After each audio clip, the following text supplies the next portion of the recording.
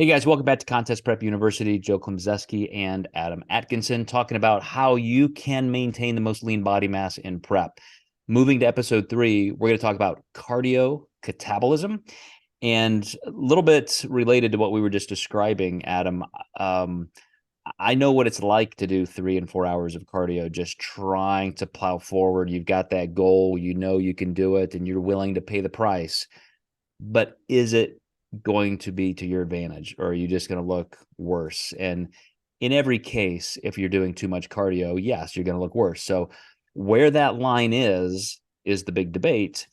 And I have my thoughts on how many times a day you should be physically active at certain levels: low intensity, moderate, high intensity weight training versus some form of cardio.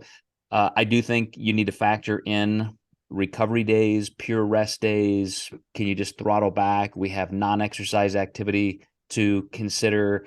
The intensity in active exercise. I talked to a client recently that I said, man, you're deep into prep.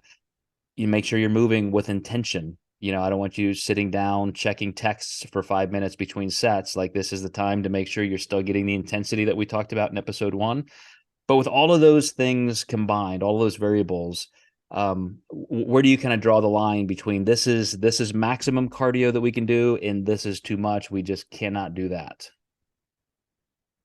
I think for me, it really comes down to, if we're doing a lot of cardio, can we sacrifice some other activities somewhere? So can we pull back training a couple more days a week if we're doing a lot of cardio? Just the overall nuance of even the time of being able to do all these things comes into play. But I do think that if you do enough cardio or you're doing so much, you're probably going to look like a runner versus a bodybuilder over time. There is a time and a place for it. And that's where that debate on too much is too much. I think it really does rely on the person. If you have someone with a really muscular body type, they might be able to get away with it and it not be that detrimental to their physique. But if you do that with an ectomorph, it's definitely going to show really, really heavily. So it really does depend on the person. I find with my endomorphs doing the higher amounts of cardio that we don't really see much tissue loss. And we always wonder, is it really tissue loss or just body fat woven between the tissues? Because we're still keeping that pace in place. So typically, as long as I'm not going over that, it's not too much. But you do get those check-ins on occasion where you're like, wait a minute, you're looking really stringy. We didn't lose that much. What's going on here? And that's where we really want to start hitting those rests and relaxation factors, maybe even give them a couple extra refeeds to restore some glycogen, and maybe even pull back that cardio, or just give an overall diet break for at least 3 days, if not a week or two. I'll mention in passing because you brought it up. It's not the entire focus of this episode, but the fact that lean body mass is pretty hard to lose. 2/3 of all the gross volume of lean body mass you'll ever gain is within the first weeks of training. 90 to 95% of all of the volume you're going to gain is within the first year of training, unless you're hormonally enhanced.